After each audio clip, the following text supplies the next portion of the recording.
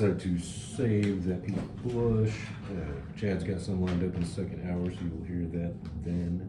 And he's going to tell you about another show they got coming up along with that. So, without a whole bunch of further ado, we got some new Pantheon for you. And then I'm going to have Brandon and Robert hop on the mics and chat with us a little bit about all things Mammoth Caravan. Here in just a few minutes, we're going to play a brand new track from them as well. So, stick right here, close by, and you're just hold on a minute because this is probably not going to work first time. So, we'll cut this part out later and pretend we did it smoothly.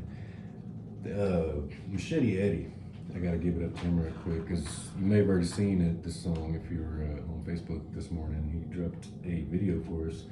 He came and recorded our last show up at the Heathen House up in Cord, and also some studio footage from last week, and put together a sweet little video for us. I know he did the same thing for Mammoth Caravan. He's been hooking everybody up in the scene with sweet videos. He's playing some drums for Gore Pig, doing awesome things. So, yeah, huge shout out there to Machete Eddie.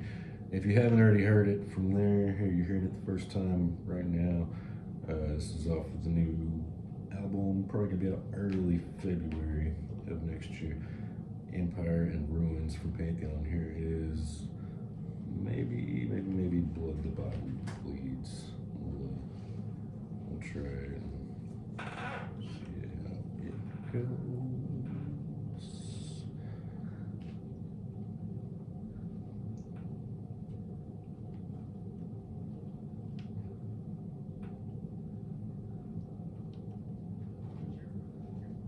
You're listening to Tomorrow's Dream on KABF 88.3 FM. Crank it up. Yeah, boy. Yeah, dude, this song rips. Did Tedford mix and master this for y'all? Yeah, and we fully planned to. He always mixes and masters it, but we fully planned to get some text in to get somebody else to put a master on it, final mix or whatever. Just really everything happy with. We'll get from him as far as overall level and tell him whenever, good mix, but just not that boom sound we want. We plan on taking somewhere else. I wasn't there when they did most of the mixing and stuff though. I had to work for most of the week.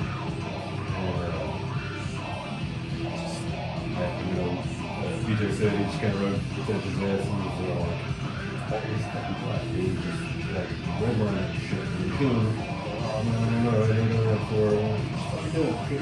And we came out with a lot better, and like they might not need to say this off, but Heck yeah. pretty happy with it. I mean, it sounds I was really curious professional. about this. Like, if you told me that shit was coming out on Metal Blade, I'd be like, oh shit, this is fucking dope. This is my crotch. Usually I got this channel maxed the fuck out. Just trying to catch a little bit of peak up here. And so this is really what I wanted to see, was like how hot it comes in up here compared to everything else. So, Do you have our full album? I think as soon as I come on, yeah. Can we play Frostbite today? I was gonna ask if y'all wanted to do something different. We'll do a couple of them. There's a chance we're gonna be on that Crankbait show, and so we were like, if we are or if we're not, we want to drop that song the day before anyway. We're gonna be dropping it in early January. So it was just like, might as well go ahead and, have it out there.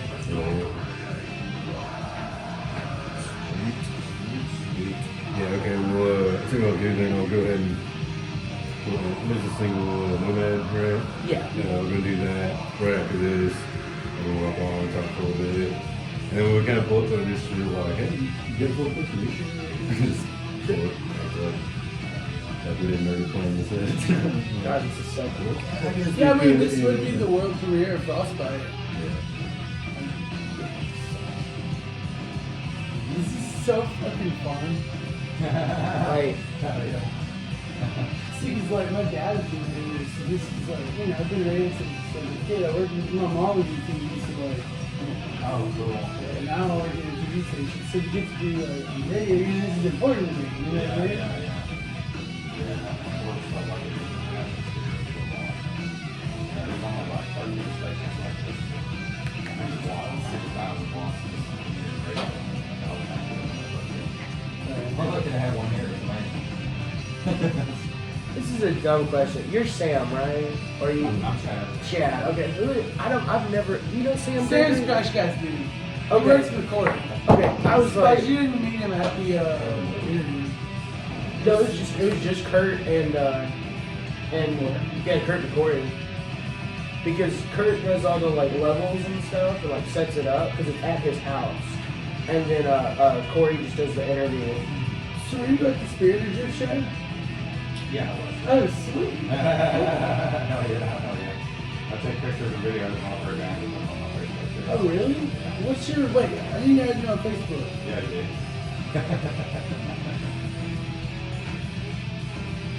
What's your name? Yeah, my profession. How do I spell that?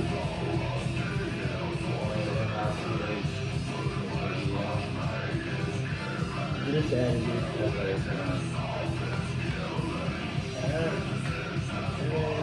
Okay, cool.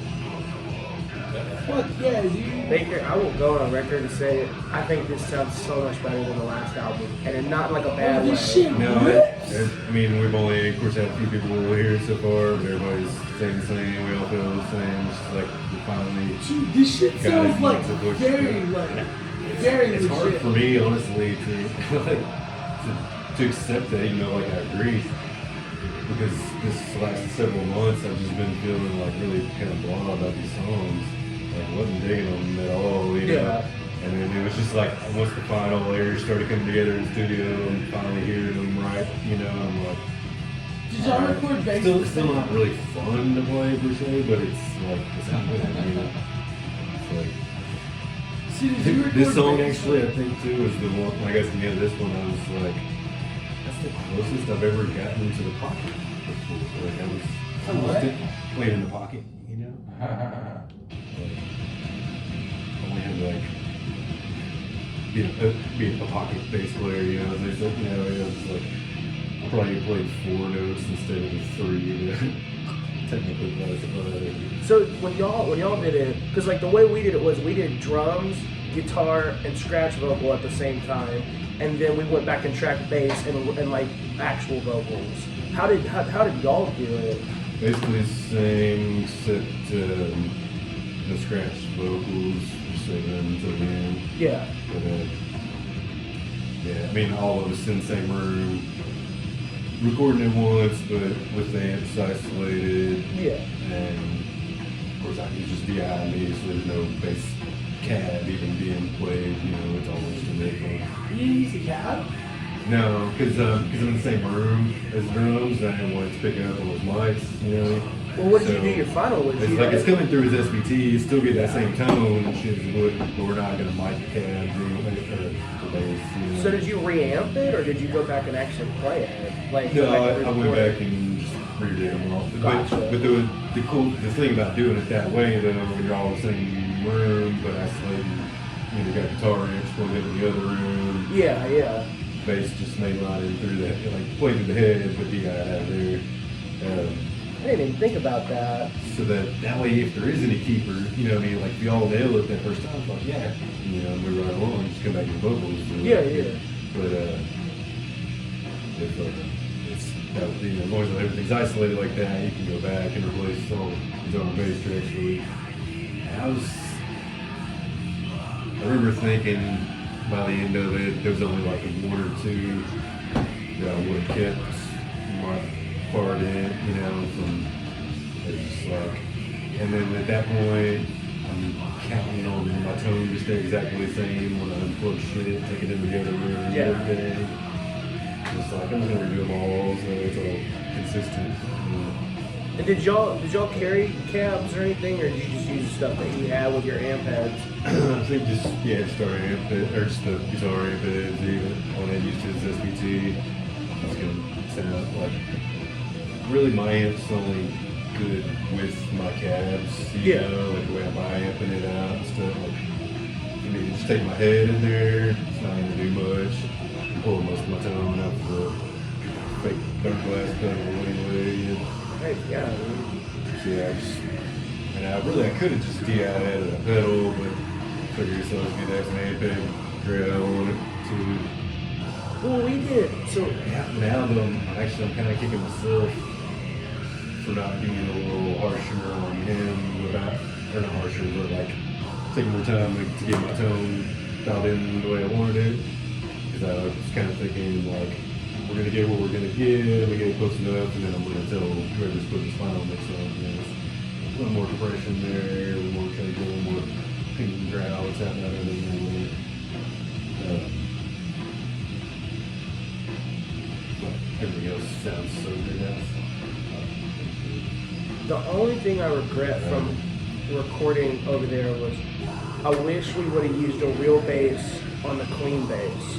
Because we did a dirty on each side and then a DI right up the center. And I'm like, God, I wish we would have used a real bass in the center. Like a real amp. That's my only regret. Yeah, sometimes it just be like that, you know?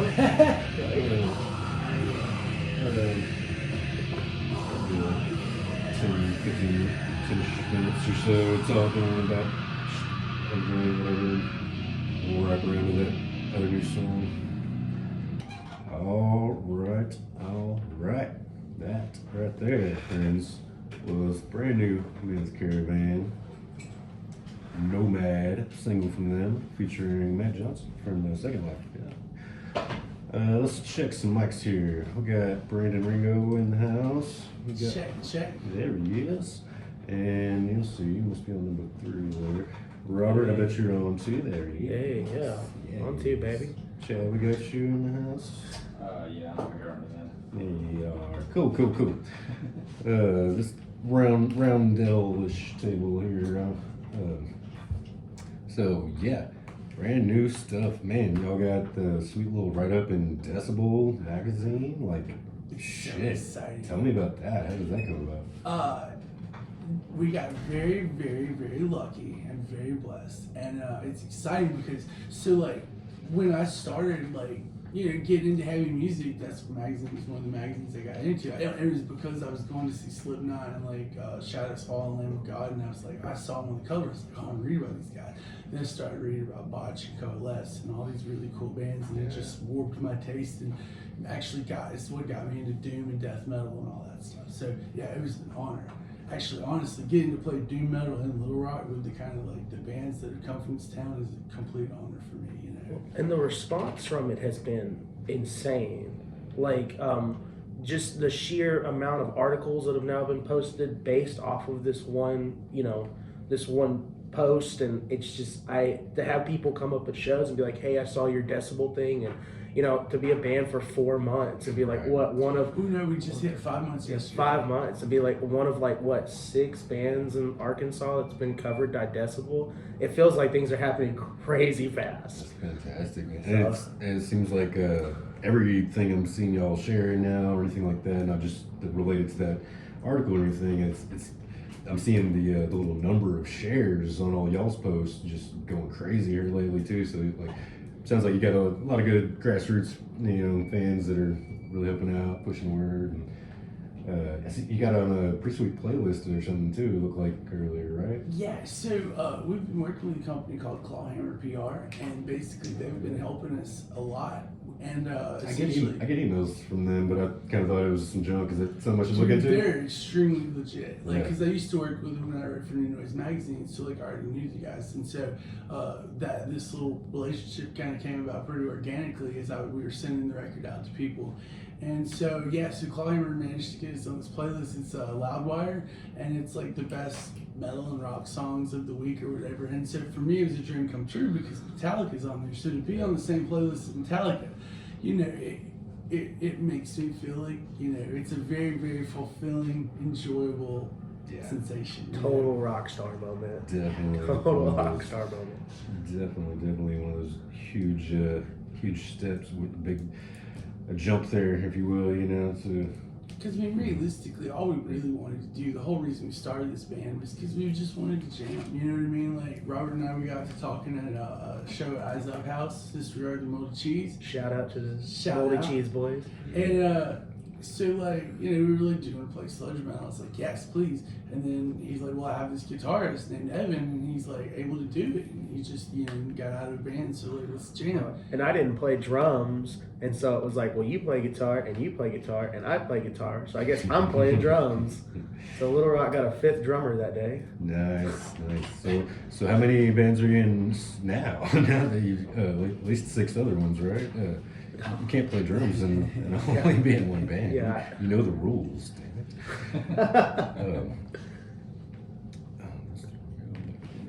So I'm trying to line up some other stuff.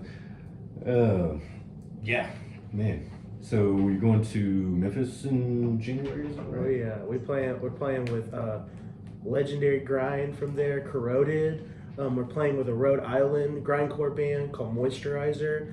I think it's those kind of shows that are fun because it's like Corroded and Moisturizer on a bill together. That's like they just need wanna each rub my other. hands all in that. But yeah, it's January 3rd at High Tone in the small room. It's those shows are fun because it's like, you know, to be kind of a standout band, it not only puts the pressure on you as a, like, you know, you have to kind of step up, but I mean that's where you really get we get eyes on you, you know, and so we are very, very thankful, and we didn't think Memphis was going to happen this fast. Yeah. That was the other thing. Like, I mean, again, like not even been a year, and it's like, okay, now we're rolling into Memphis, and then we've got a bunch of out of state stuff coming up soon, a couple festivals and things, and it's just dude, this stuff is Snowballing. rolling. Next year is busy already and hasn't even Like, started yet. We Fantastic. from like January to I would say June, we will be in Little Rock maybe twice. Yeah. One fun thing about that Memphis show, I was gonna say, is it's with a bunch of grindcore bands. So like everybody's there to go fast and to mosh, which for us is perfect because I love it because you gotta really do metal or whatever. But I want people to mosh. I want people to like have fun and still have that visceral primal experience like you get at a metal show, just maybe with a little more fuzz than they're used to. Oh, it's great to just to have. It's, you know, there's some to be said for mixed genre shows in general. Just, you know, bringing together people checking out new things they might not have been to before than that or whatever. But also sometimes when you have a show that's very well lined up with all bands of the same exact subgenre, especially when it's something crazy fast and intense like that, it gets kind of too much and it just all bleeds together. It's nice to have a band, especially if you can get it in the middle somewhere there, that kind of dips the vibe the other way for a minute, you know.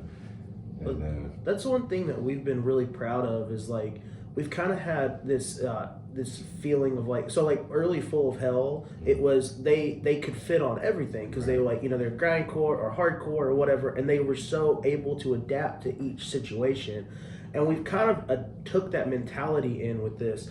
And so, like, I mean, playing with bands like Spirit Adrift or playing with Kaunashi and, like, you know, anywhere we go. Yeah, Malvich, like, you know, anywhere we go, not only do we want to stand out, but we can also fit in, you know? yeah, Which is good. Yeah, it's because I like to put it all into the extreme metal, you know what I mean? Because if you go to Maryland Death Fest, you're not, or even Psycho in Las Vegas or whatever, you're not going to get the same bands. You're going to get a lot of, like, there's doom metal, there's death metal, there's black metal, there's grindcore, there's black and doom, death, grindcore metal, you know what I mean? So yeah, it's fun to be under that big umbrella. Right. Gives you a lot more options too than some bands that try so hard to hit one very specific sound and play with bands like that, and, you know, do that thing. They're really limiting themselves on options there. Where, like, so you guys can hop on just about any heavy-ish festival at this point, you know, and fit right in. And fill out good local support. I hate that I missed Spirit Adrift the other night. I saw some video from Shady. Dude, they were so good. Because for me, well, not only like are Nate Garrett and them like amazing human beings, but like, so their guitarist Tom Draper was in Carcass for like a couple of years and got to tour with him. He's telling me the story. It was beautiful, but like their tone, it sounds just like the record. Like it's remarkable, and it's a very like their amp setup is really simple. So yeah, Spirit Adrift was incredible. And Mudlong from Fayetteville Oh, was yeah. amazing. Well, that show was just kind of its own entity because, like, Nate's he's from Arkansas. I think he's from Fayetteville, yeah. and he was in a band with Mudlong. And then he also is all homies with like Deadbird and Wake and all those guys. And so it didn't even really feel like a show. It felt this big Arkansas homecoming that like Friend gathering. yeah, like I mean it was that like Friendsgiving feel, like Also, shout out Queen Beast, the band that Nate was in with Andy and them. Yeah. Actually got to play with them back in 2012, maybe probably 10 years ago. Oof. Knee Deep, I think I was in at the time, and CT was doing Iron Tongue. We did a show together at the old Mojitos. Back then is how I met Nate.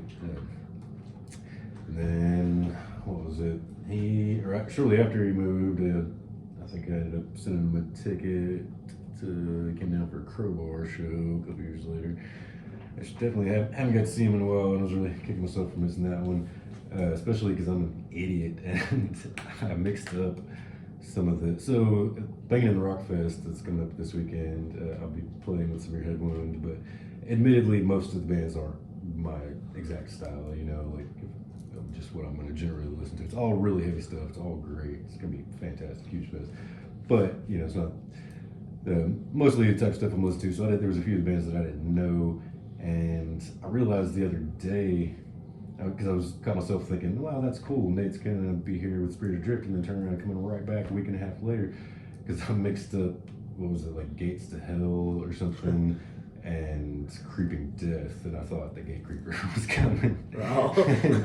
So I was really hyped that I was gonna get to play with Nate next week, and then looked at the schedule the other day and realized my mistake.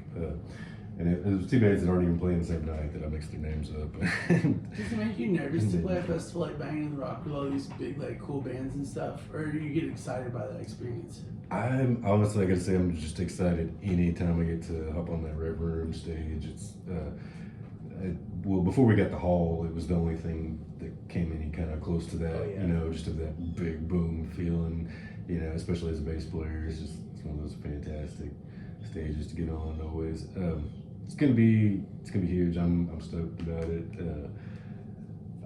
There's one new Severe Head Wound song that I'm nervous about, and I think they're probably gonna throw it first and make me face plant right out of the gate. When we saw y'all up at Growlers, and just like the sheer, just how massive y'all sounded, and just the energy on stage and stuff, like we genuinely looked at each other like we gotta step up our game.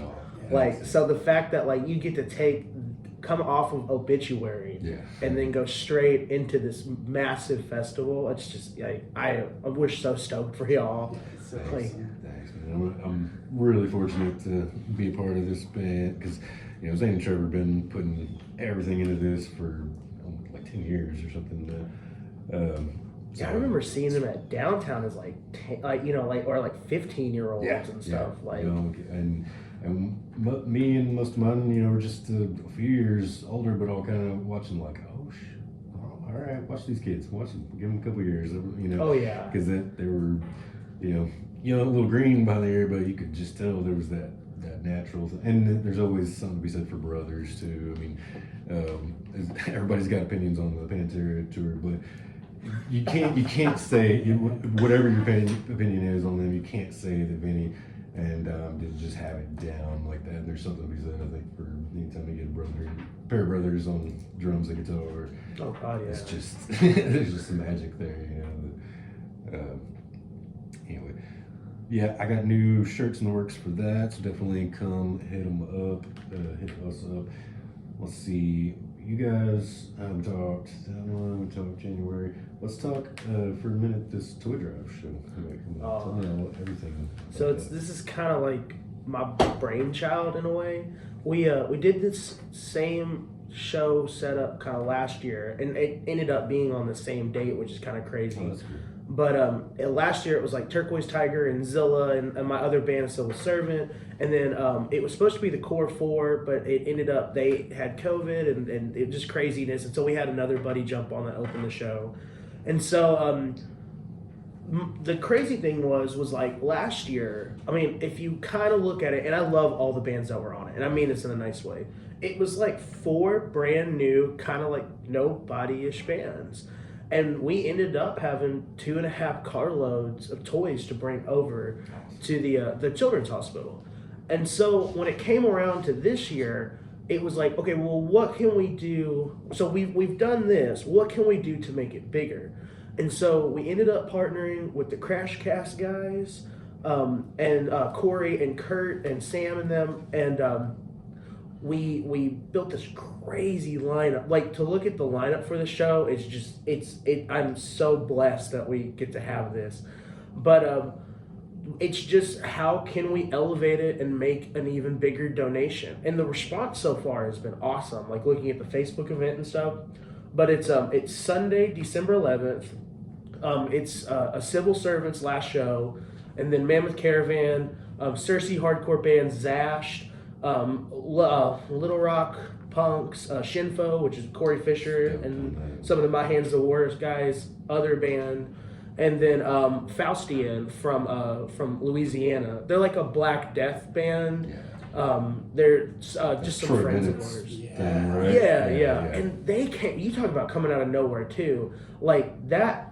I saw him post about like, hey, I'm in a death metal band now, and we're gonna do some stuff, and like we signed to a label. And then it was just like weeks later, here's like probably one of the best death metal releases of 2022. And for me, it's exciting because I've been friends with Troy for years, and like booked his band Bar Guest and stuff, and so it was cool because that was my very first show in Little Rock. It was you opening, and then Troy. So it's very serendipitous to start the year, like that, and at the end of the year playing with him and playing, getting to be in a band with Robert and playing with the Civil Service. It's very, very cool, I love those small world things like that. I didn't realize till we did that acoustic show that, and he had some small Bargest merch with him. I was like, wait a minute. So, Oh yeah. I've been watching you play for years then, dude. Okay.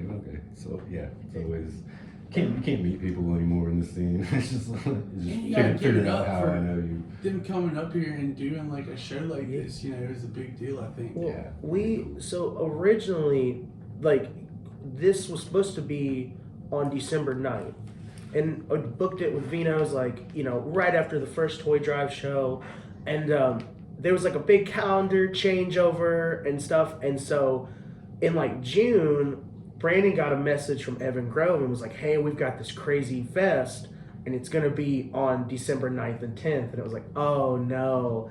And so thankfully, the calendar thing was able to get figured out. We ended up moving ours up because it was like, I'm not competing with flying in Zabalba, that kind of thing.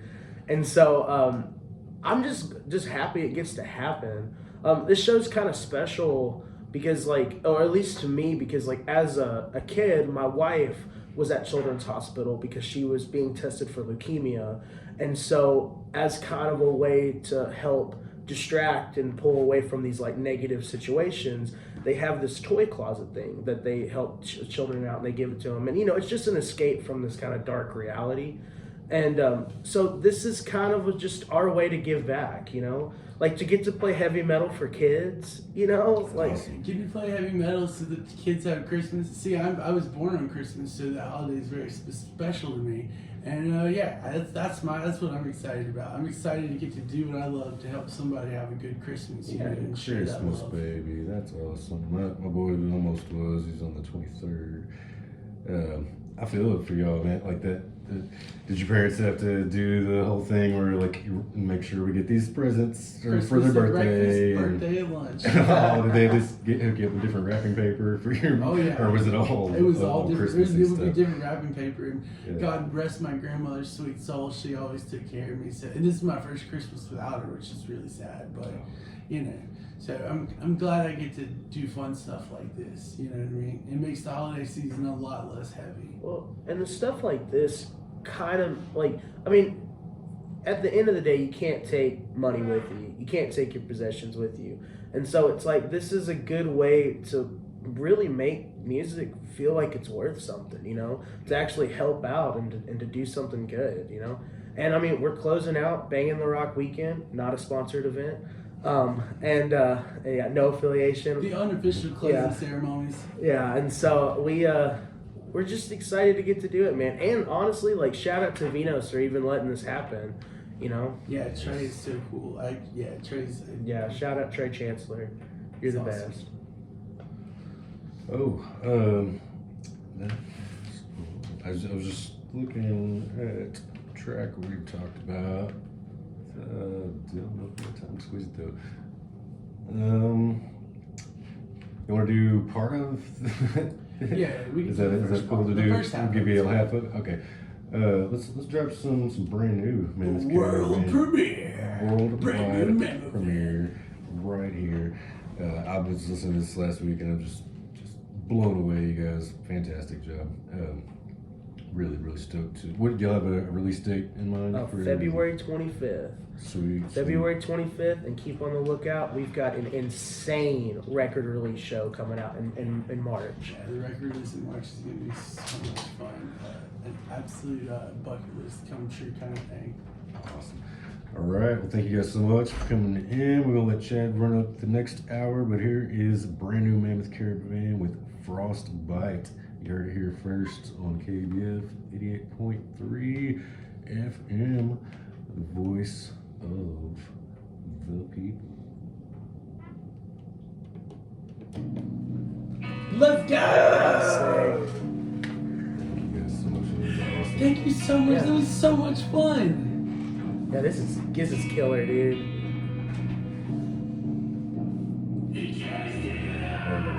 I'm so proud of this song. Bro, did you listen to that Fister Dancing cover?